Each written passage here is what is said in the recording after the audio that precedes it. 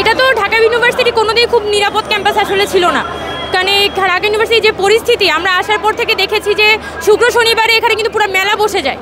তো ঢাকা ইউনিভার্সিটির মধ্যে এখন এসে যানবাহন নিয়ন্ত্রণ করা হচ্ছে, সেজন্য যানবাহনের চাপটা হয়তো কিছুটা কমে, কিন্তু আপনি যদি ইউনিভার্সিটির ক্যাম্পাসটা দেখেন এখানে কিন্তু একদমই দেখা যায় যে ভবঘুরের লোকজন এখানে ঘোরাঘুরি করে, পাবলিক টয়লেটের মতো ইউজ করে রাস্তাঘাটগুলোকে। এখানে এই ব্যাপারে কিন্তু সিটি কর্পোরেশনের পক্ষ থেকে আমরা প্রপার উদ্যোগ কখনো দেখিনি। বারবার কিন্তু অ্যাপ্লিকেশন করা হয়েছে, সিটি কর্পোরেশনের কাছে যাওয়া হয়েছে, এই সোহরাওয়ার্দী উদ্যানের সংস্কার নিয়ে যাওয়া হয়েছে, ইউনিভার্সিটির বহিরাগত নিয়ন্ত্রণ নিয়ে কিন্তু ভবঘুরের নিয়ন্ত্রণ নিয়ে কিন্তু সিটি কর্পোরেশনের কাছে যাওয়া হয়েছে, কিন্তু প্রশাসন কখনোই কোনো উদ্যোগ নেয় নাই।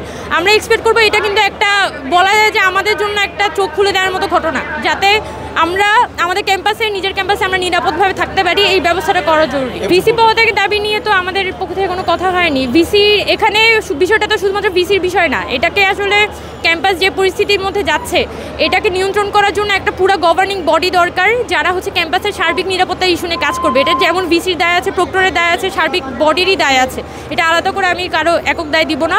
কারণ এই যে সিচুয়েশনটা সেটা আজকে নতুন এসে অ্যারাইজ করেনি, বহু বছর ধরে কিন্তু ইউনিভার্সিটি এই পরিস্থিতিতে আছে। তো আমরা এক্সপেক্ট করি যে আমাদের ক্যাম্পাস স্টুডেন্টদের অন্তত একটা নিরাপত্তা থাকবে। আমাদের সাম্য তো আমাদের সেশনেরই স্টুডেন্ট, আমি এটা এক্সপেক্ট করবো যে আর হ্যাঁ জুলাই মানে সাম্য তো সারা বছর, জুলাই দিয়ে শুধুমাত্র মাফ করলে হবে না, ও সবসময়ই কিন্তু সামনে থাকতো, ছাত্রদলের সাথে ছিল এবং সবসময় আমি দেখেছি ও সামনে থাকতো। ওর বড় ভাই সাগর ভাইকেও কিন্তু আমরা চিনতাম। তো আজকে এসে ওর হত্যাকাণ্ডটা খুবই আসলে খারাপ লাগছে। আমরা শুধু এটা এক্সপেক্ট করবো যে আমাদের ক্যাম্পাসে স্টুডেন্টদের নিরাপত্তাটা থাকুক, আর কোনো স্টুডেন্টকে যাতে কখনো এইভাবে করে মনতে না হয়। আর এটা আমাদের জন্য আসলে একটা আই ওপেনিং ইভেন্ট।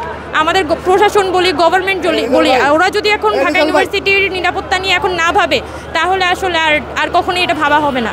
আর এই যে হত্যাটা হইলো, আর ভবিষ্যতে আর কোনো ওই ধরনের হত্যা আমরা দেখতে চাই না, এটা আমরা আমাদের পক্ষ থেকে বলতে চাই। Thank you.